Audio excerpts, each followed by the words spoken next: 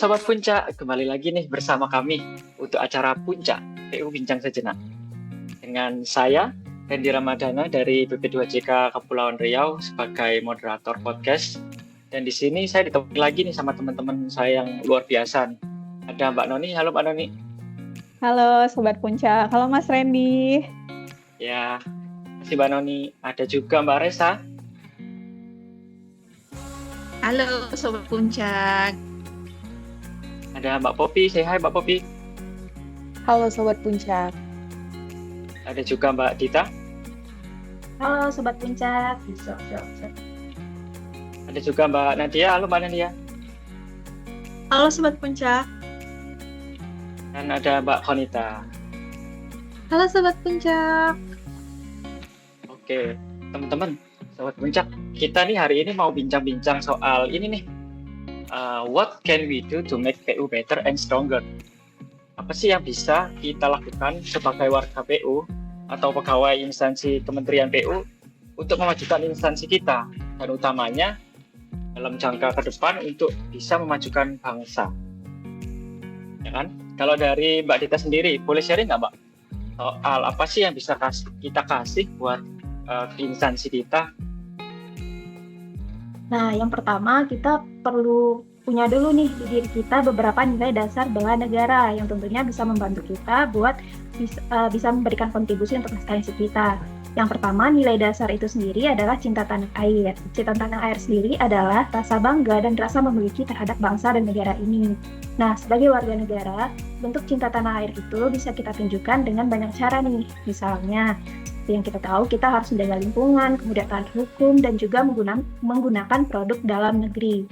Tapi, menurut aku, sebenarnya yang paling penting itu lebih ke gimana kita benar-benar peduli sama kondisi bangsa saat ini. Dan gimana kita pengen ambil peran yang lebih untuk membantu memperbaiki, baik walaupun sekecil apapun kontribusi kita. Jadi, kita bisa nih ikut ambil bagian buat kemajuan bangsa kita lewat profesi dan peran kita masing-masing. Kalau dikaitkan dengan peran kita sebagai insan PU, bentuk cinta tanah air itu kita bisa tunjukkan lewat dedikasi kita dalam pekerjaan kita. Contohnya, kita harus memastikan setiap proyek atau tugas yang kita kerjakan itu benar-benar memberi dampak dan manfaat untuk masyarakat. Lalu, khususnya di unit kerja aku, dalam konteks aku sebagai pranata komputer ahli pertama, aku sendiri berencana untuk mendorong transformasi digital terhadap pelayanan yang diberikan kepada masyarakat dan juga pengawasan pekerjaan di unit tempat aku bekerja. Karena berhubung nih saat ini memang inovasi soal transformasi digital di tempat aku ini belum optimal. Buktinya kami belum punya website profile yang seharusnya website ini merupakan hal yang penting yang menjadi pintu pembuka untuk inovasi digital selanjutnya.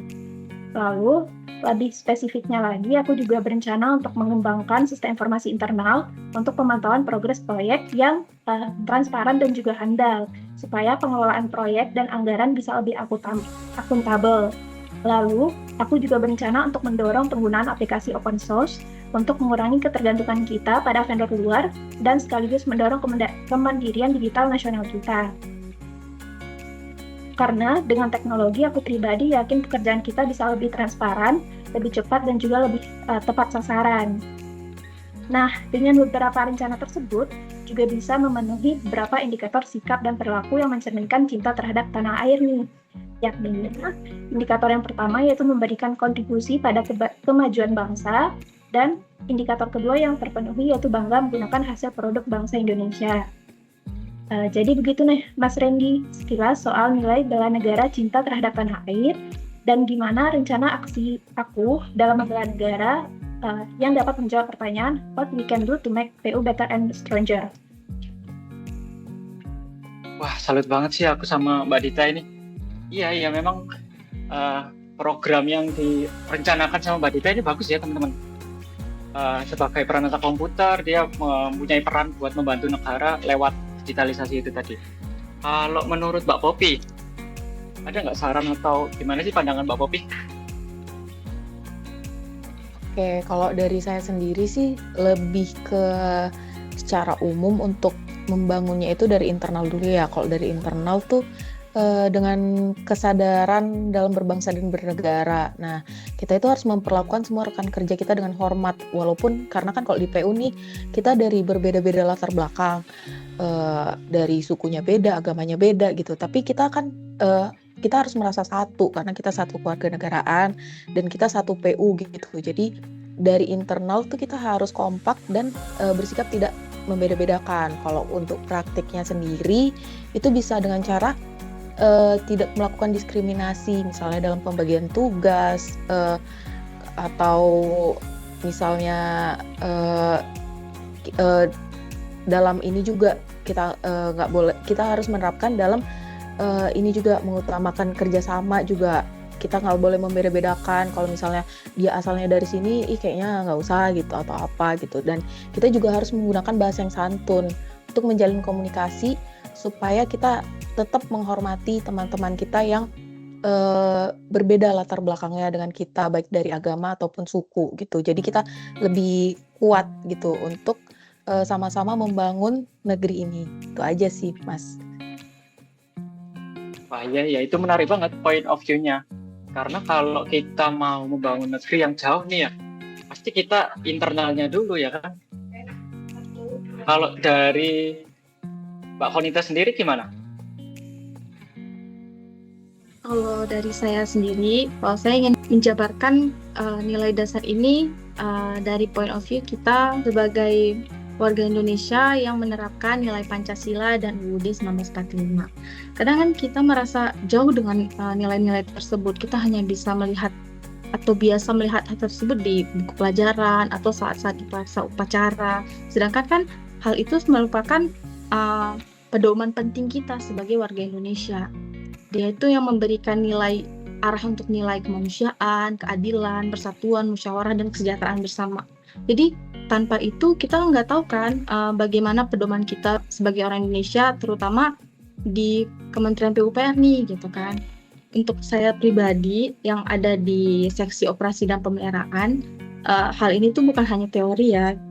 Pancasila dan UUD ini dia bisa menjadi pedoman kita, apalagi misalnya nilai Pancasila.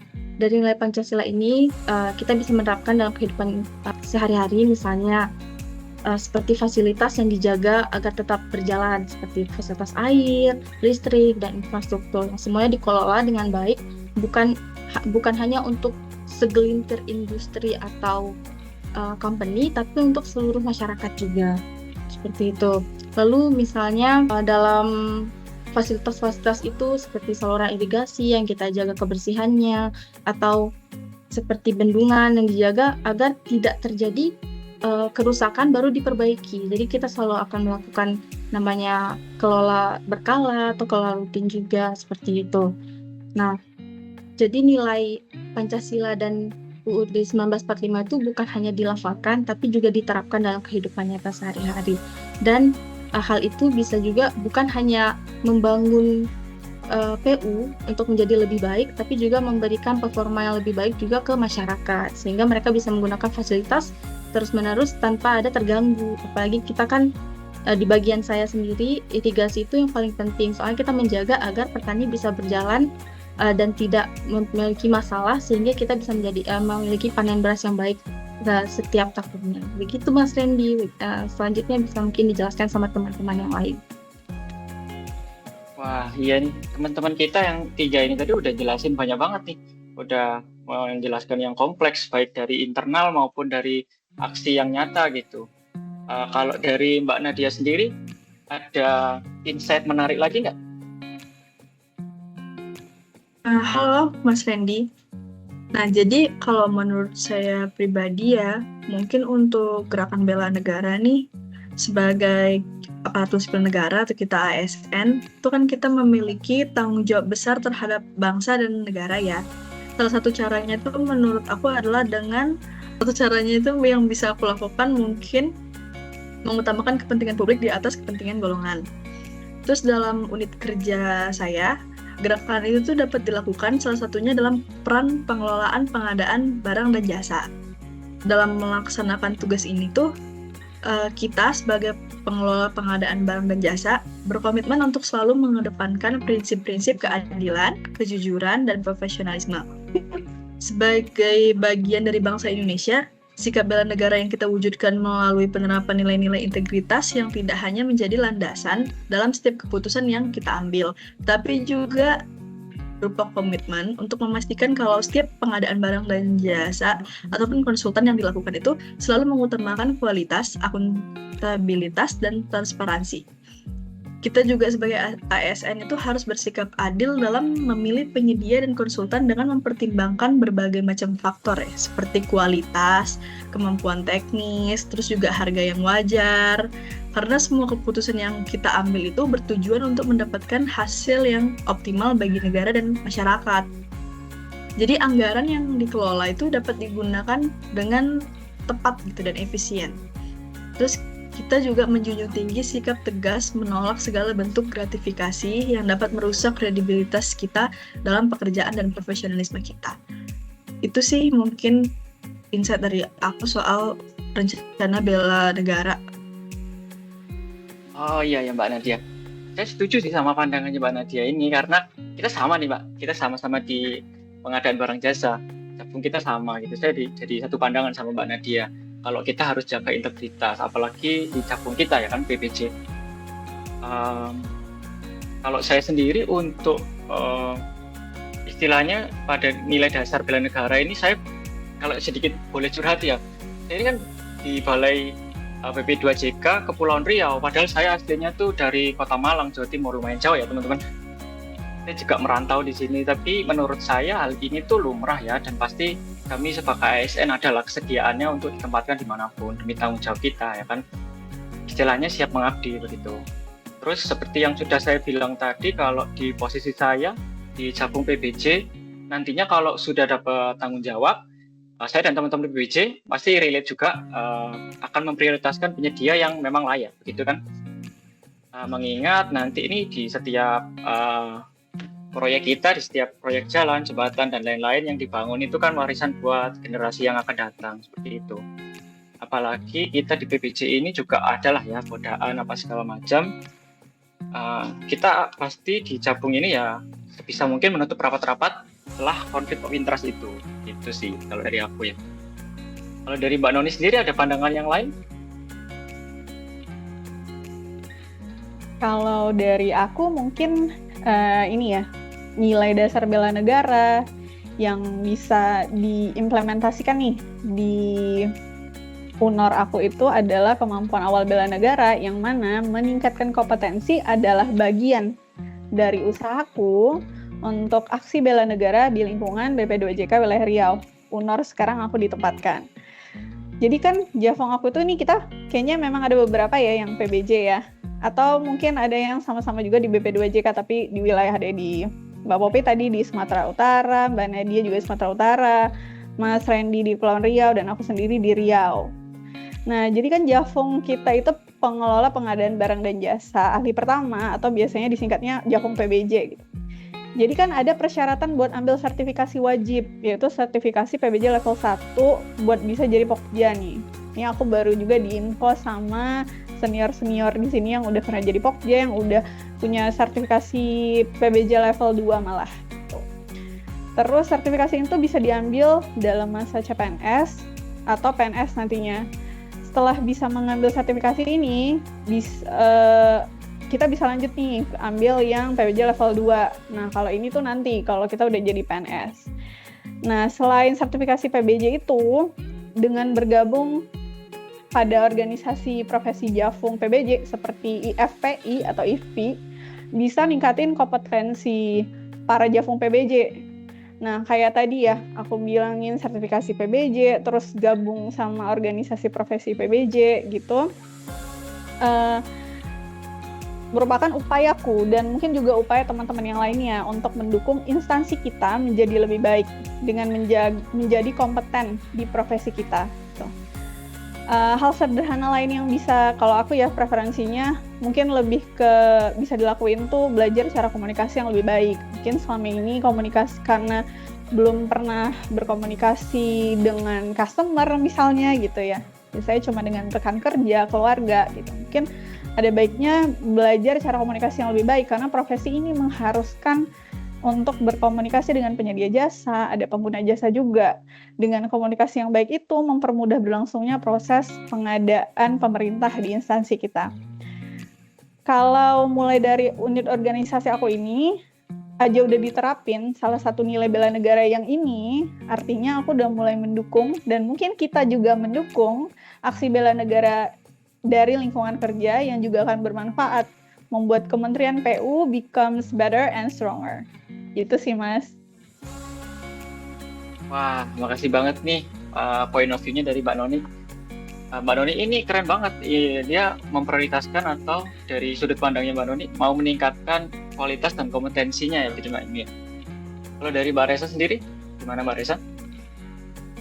Nah, iya Mas Randy, ini kan terkait dengan what we can do ya. Kalau di aku tuh kepikiran banget di unit kerja sekarang ini tuh kayak ada salah satu kegiatan yang rutin kami lakukan untuk menjaga kesehatan gitu. Nah, teman-teman kan dari semua rencana aksi yang udah teman-teman sampaikan tadi nih, misalkan dari Mas Randy nih, dari Malang terus jauh-jauh ya Mas Randy ke Kepri, berarti kan rela berkorban ya Mas Randy ya. Terus kemudian ada juga Mbak Nita juga terkait dengan implementasi Pancasila dan undang-undang tadi yang aku dengar ya.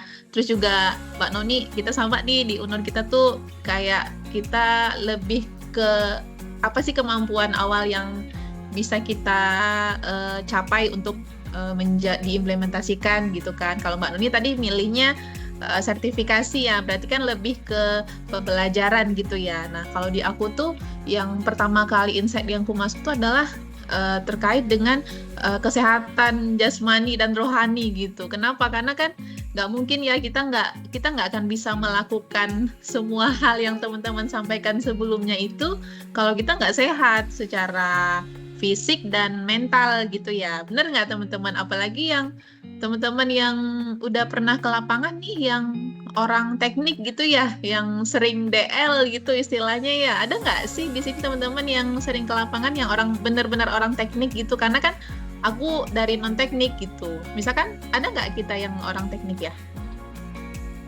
Tuh Mbak Nita ya juga ya. Nah itu kan pasti kan sebagai ASN atau insan PU, pekerjaan kita kan sering melibatkan aktivitas lapangan, kemudian mobilitas tinggi, dan ketepatan waktu ya. Makanya kan kondisi fisik dan mental itu, yang mental yang baik itu menjadi suatu keharusan gitu. Nah, nilai ini menurutku yang nilai dasar bela negara salah satunya, kemampuan awal bela negara ini penting gitu. Karena kan ini merupakan kesiapan fisik, mental, dan kedisiplinan kita sebagai modal dalam berkontribusi di pekerjaan kita gitu kan.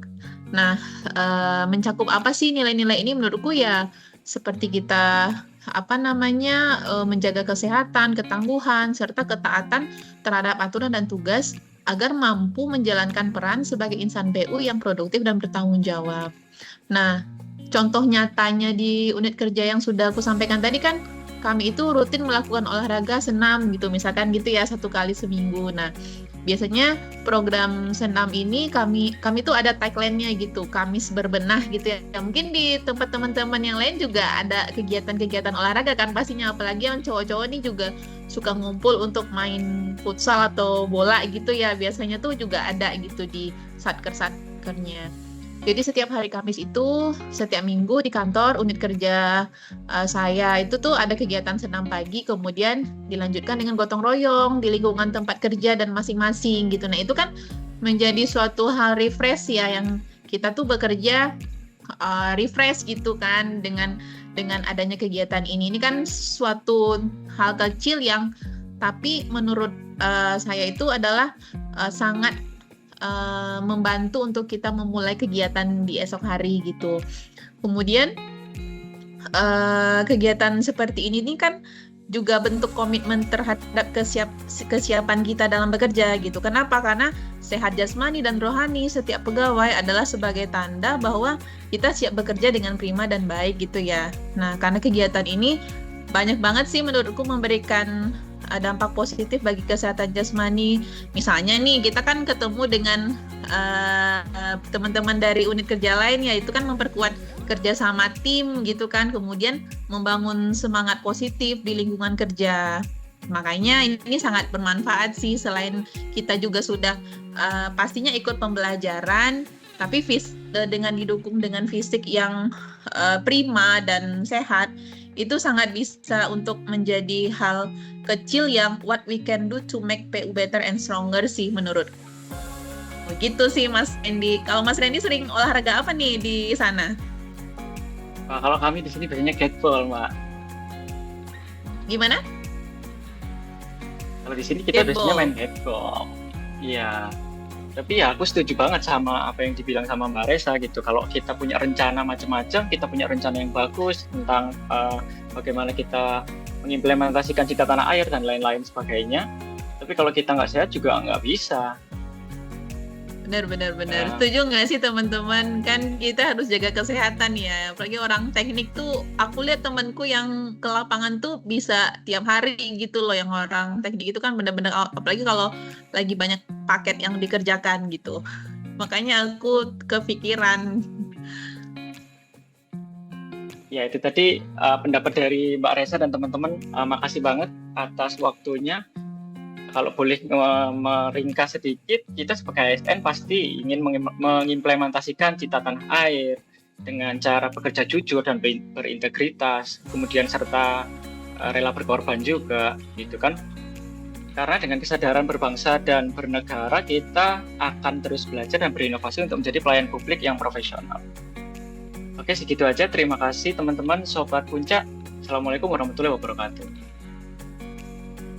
Waalaikumsalam warahmatullahi wabarakatuh. warahmatullahi Sampai jumpa, Sobat Puncak. Sampai jumpa Sobat Sampai Puncak. jumpa.